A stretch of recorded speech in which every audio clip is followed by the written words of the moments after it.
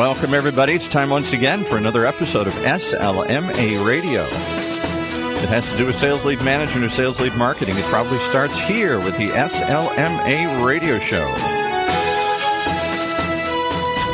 SLMA Radio is a revolving series of programs brought to you by the Sales Lead Management Association. This week's program is Revenue Rebels, brought to you by Demand Lab. Sponsor the program with their host, the CEO of Demand Lab, Rhoan Morgan. Hey, Rhoan.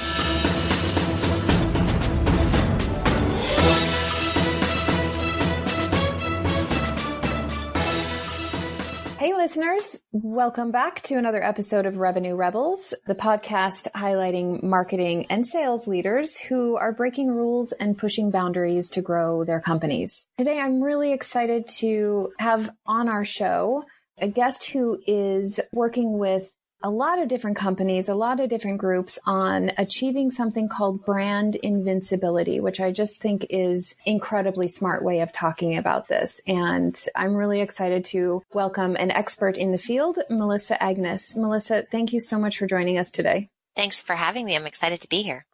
So to give a brief introduction to the listeners, Melissa, I'm just going to share a little bit of background. Melissa is a leading authority on crisis preparedness, reputation management, and brand protection.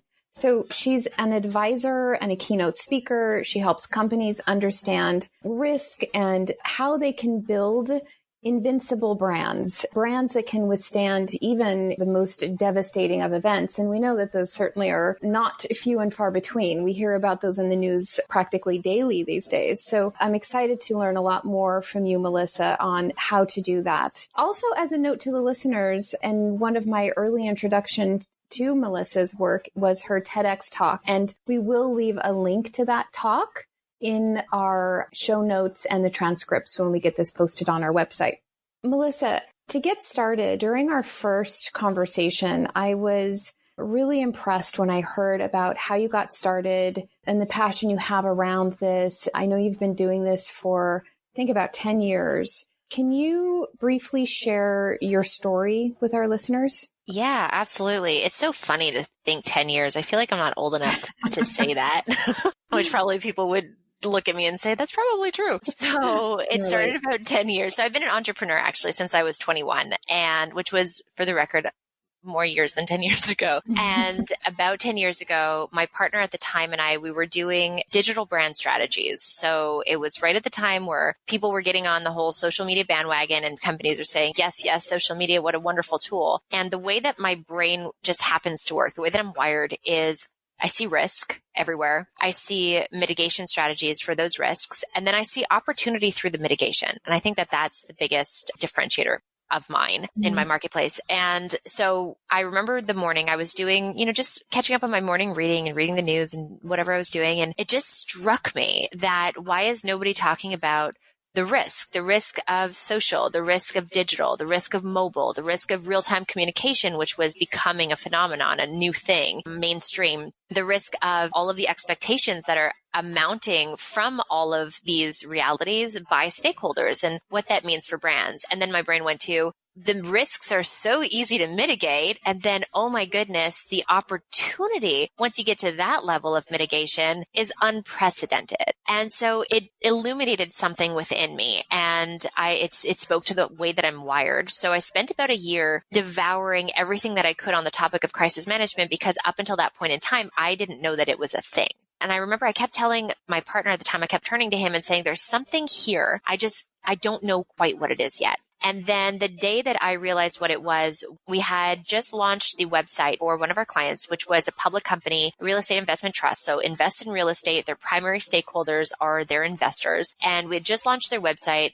One very early morning, the VP calls me in a panic saying, our president is in the car with a prospective investor, a massive prospective investor. The media on the radio is reporting that one of our buildings is about to explode. We're being named left, right, and center. Investors are calling in left, right, and center. Apparently, the rumor started on Twitter. We have no idea what Twitter is, but we're told it's a digital thing. And since you just launched our website, we're hoping you can help us. Wow.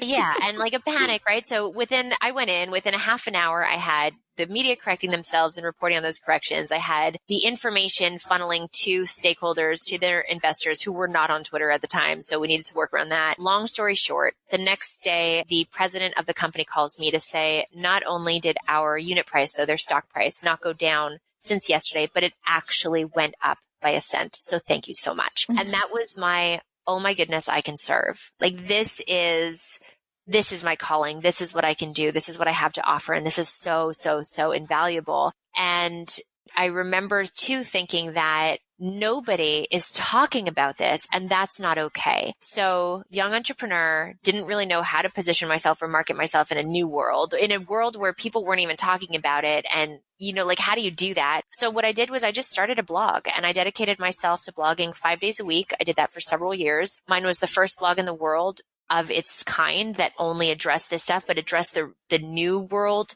the new ways of the world, not just old.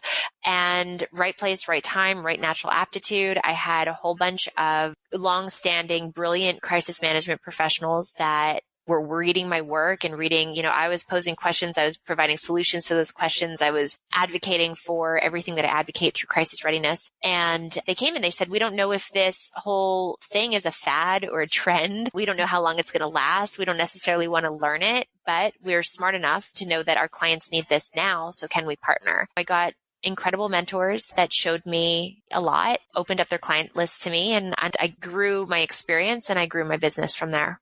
Got it. That is a fantastic launch story. I think it's also something that's interesting here is that you were really at the cusp of this new media, right? And I remember 10 years ago, 11, 12 years ago, being on the other side where we were managing social media for a company. This is pre-Demand Lab days when I was an employee somewhere. And it was like, well, what are we supposed to put on here? What's going to happen? How are people going to respond to something that we put on these new platforms? So it was a really difficult time. And there was a lot of questions and a lot of unknowns. Obviously, it stuck, it grew and expanded, and probably also expanded the opportunity for crisis, right?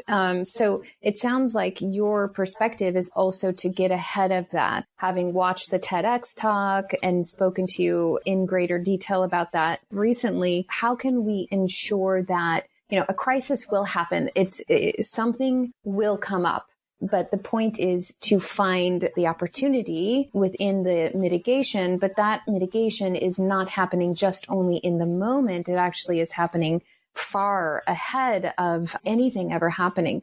Can you talk a little bit about when you're working with clients and how you work to get ahead of crisis and sort of establish the relationship with your clients' audiences, or just in terms of how you advise in groups? I know you do a lot of speaking. So tell us a little bit about getting ahead of this. Yeah, absolutely. So the whole thing, and I'm launching something massive actually in 2020 to launch this forward, because one of my grievances right now within my industry is best practice is still regarded as having quote unquote crisis management plan that sits on a shelf. And that plan does little to nothing to actually serve the organization and its people when they need it the most. Reason being that by the time you reach for that plan, because an incident is unfolding, you're playing catch up. Like things, expectations, demands, national, international headlines, etc., start at minute 0.1 today. And so by the time you're reaching for that plan, it's past 0.1.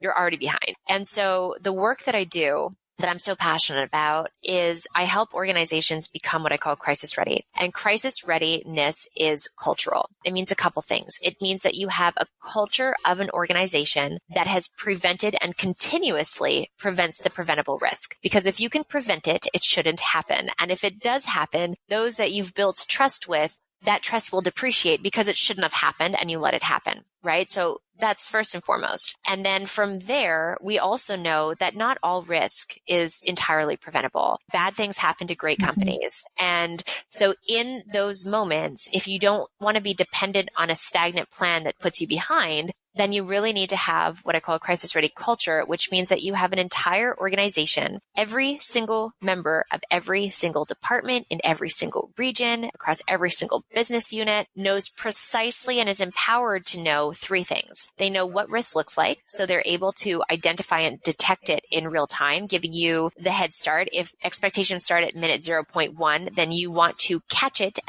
hopefully at minute -0, right? And give yourself that head start. They know how to assess its material impact on the organization. So that means assessing what the scale of the impact is. So is it an issue? Because an issue can go viral today and not be a crisis, but feel like a crisis. So what they've detected, have they detected an issue? Have they detected a crisis? What are the thresholds for determining that escalation and that de-escalation? And then just so they're able to detect and assess properly, which is so important. And then from there, everybody knows exactly what to do to not just put the incident to bed, but to come out of any negative event with increased trust and credibility in your organization. So instead of a depreciation of brand equity, you're actually building upon your brand equity. Because when you're put to the test and you meet expectations and you do what's right by the people you serve, people will forgive the mistake because of the intention behind it. And you've done everything right with regards to those intentions and very transparently and proactively. And so therefore you're coming out of it with increased brand equity.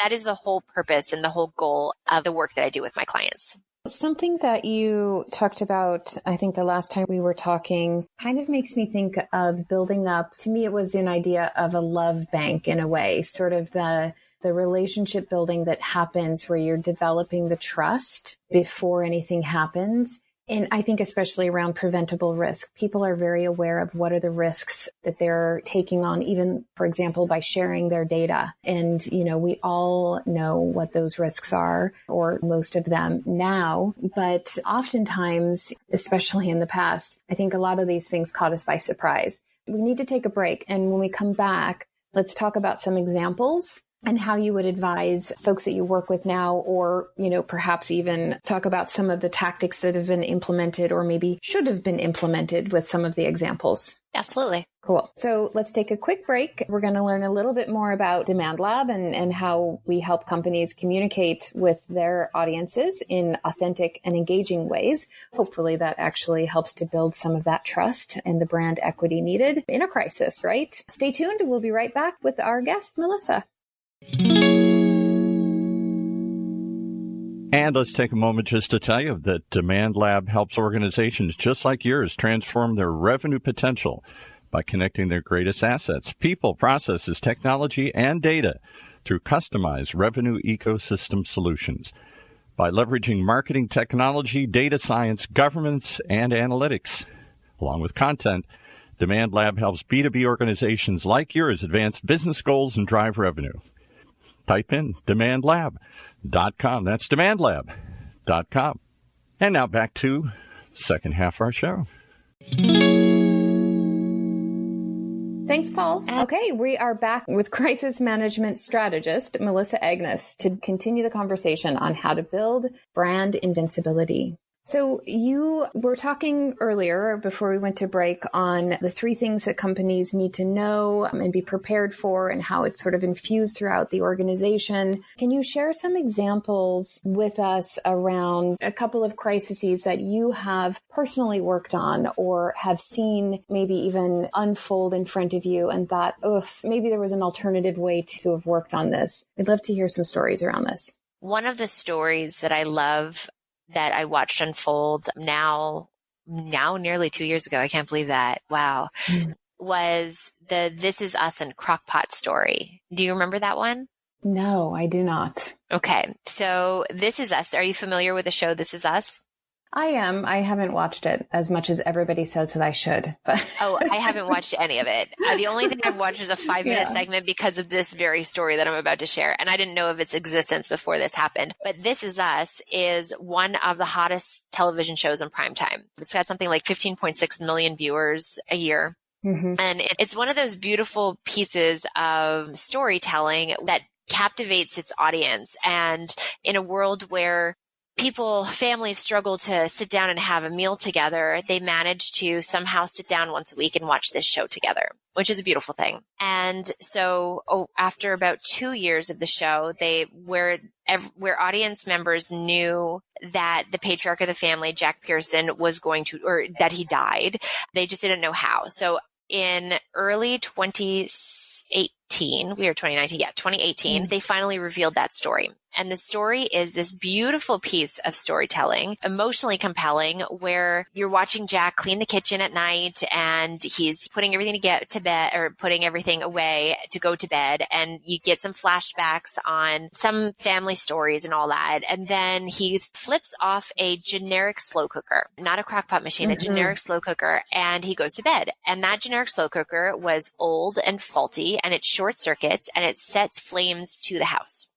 And Jack dies of smoke inhalation. Now, the next morning, after the show aired, Crockpot, who was not a part of this fictitious television show, wakes up to a frenzy of generational customers all threatening to throw out their crockpot machines and never buy or use the brand again. And it's not just social media, it's being reported on national news. I was back in Canada at this time. I was hearing about it there, and everybody was pinging me, Melissa, have you seen this? Have you seen this? Have you seen this? Stephen Colbert talked about it in his monologue that evening. So this garnered national attention for a situation that was entirely fictitious, that had never happened in the history of Crockpot. Never in the history of Crockpot has one of their machines short-circuited, set flames to a house, and killed one of their customers or a family member. And yet, this is what was happening. And I love this story because, issue versus crisis. I said earlier that an issue can go viral and not amount to crisis level. A lot of brands would have looked at this and thought, oh my God, this is ridiculous. This is ridiculous. This has never happened before. This was a fictitious television show. It's not even a crockpot machine. It's a generic slow cooker. Get a grip, everybody, right? That would have been a very common response for a lot of professionals to look at this from a logical perspective. But if we go to the why that this was happening and really assess its material impact, was this an issue truly, or was this truly a potential crisis? The answer lies in why this happened in the first place. So what happened was families around the country were sitting at home watching this beloved television show, bawling their eyes out because this character that they love dies, and are so emotionally enthralled in the show because it's such a beautiful piece or form of storytelling. This story is so well crafted. The show itself is so well crafted, so well produced. And all of a sudden, their brains go to, oh my goodness, I have a crockpot machine. I don't want my family to die. And now this becomes very, very real for them. This emotion is now made real to the protection, that security, that fear, which is an intrinsic core emotion, that they don't want their families to die.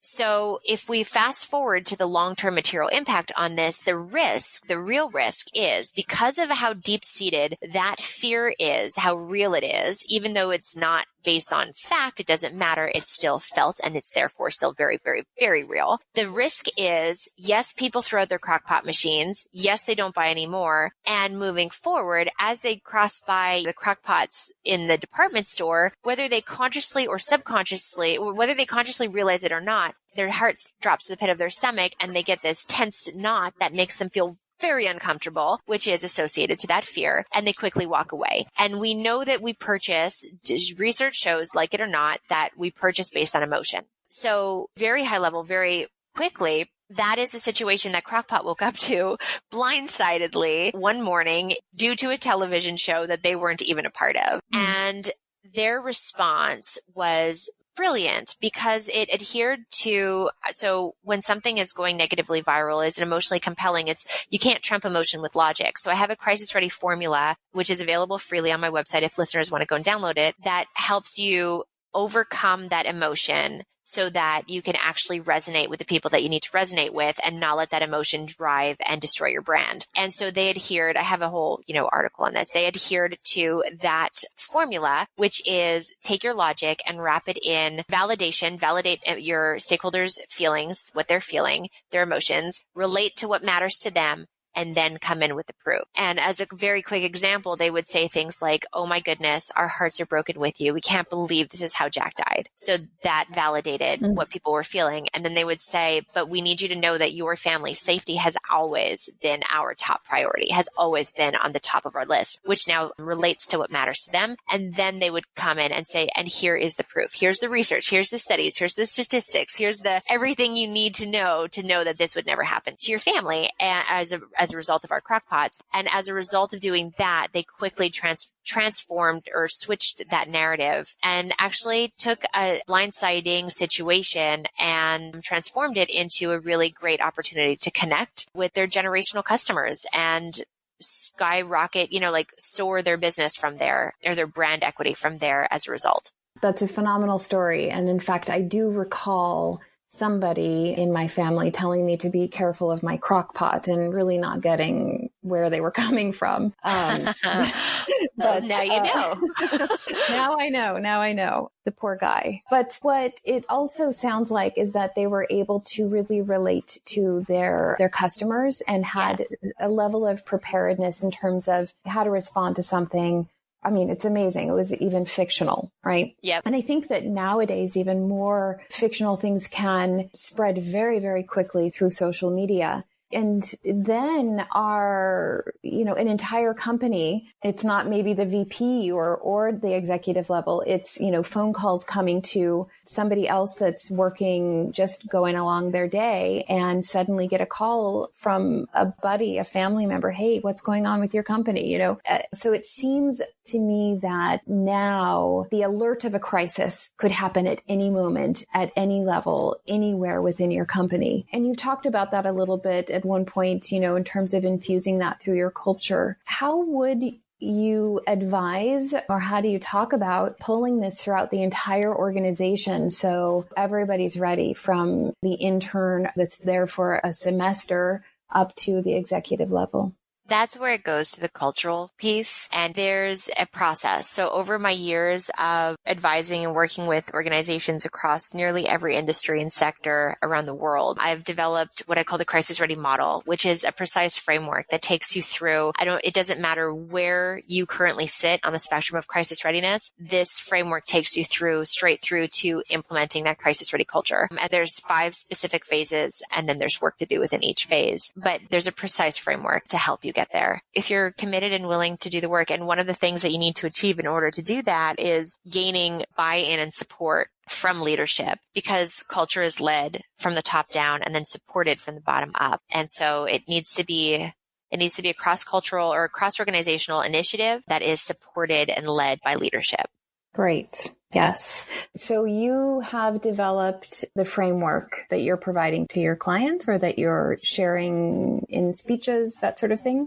So the framework, it's the foundation of my book. So Crisis Ready, Building an Invincible Brand in an Uncertain World is my book. The framework and the book are being taught in universities around the world, including at Harvard, by Homeland Security, at the Pentagon, and a bunch of other different places. And then, yes, through my consulting, through my coaching, and actually in early 2020, I'm launching the Crisis Ready Institute, which is going to certify professionals in becoming crisis ready certified, walk you through the process, help coach you through the process, guide you through the process of implementing this crisis ready culture. And then at the same time, for those who go through the motions of it, through the Institute, you now become crisis ready certified. And that is a skill set that leadership is starting, that research and study shows that leadership is really starting to value and see the competitive edge and the advantages and the benefits of. So providing professionals with that skill set so they can now use that within their careers. Very cool. That's exciting. It is so exciting. So, you know what? We are actually out of time, unfortunately. I know that we could talk a lot more about this, but as we bring this to a close, I'd love it if you could share top tips that you'd offer to companies that are looking to prioritize crisis management for 2020. Gain some buy-in. If you sit on the C-suite, or if you don't, it doesn't matter. Just get buy-in, start having those conversations internally, look at where you currently sit, on the spectrum of crisis readiness. So what is your culture? What is the mindset? How is that led? How is that rewarded? How do you currently respond to issues that are a factor of everyday business?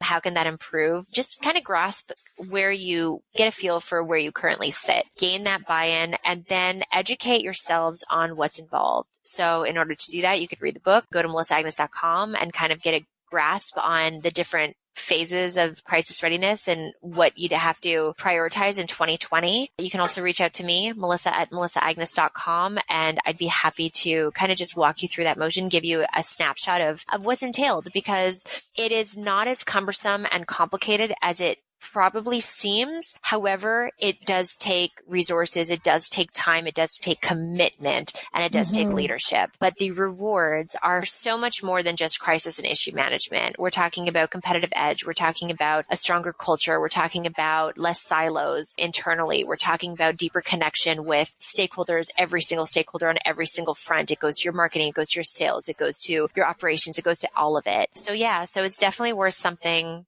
It's definitely something worth considering for 2020, educating yourself on, and then putting together a roadmap of what that might look like for you. You could do it incrementally. You could do it. It's just a matter of starting to do it. Yep.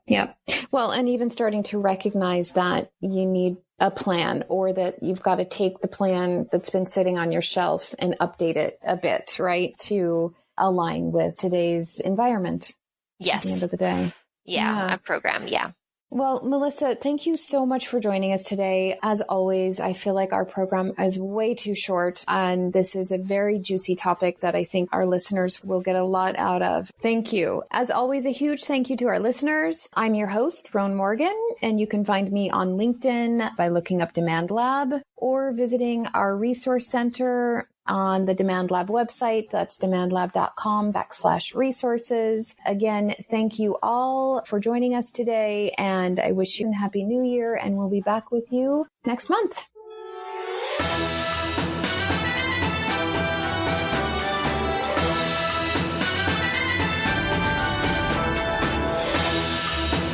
You've been listening to another episode of SLMA Radio. This week's show, Demand Lab. Tune in to hear all of them right here in the Funnel Radio Network for at-work listeners like you.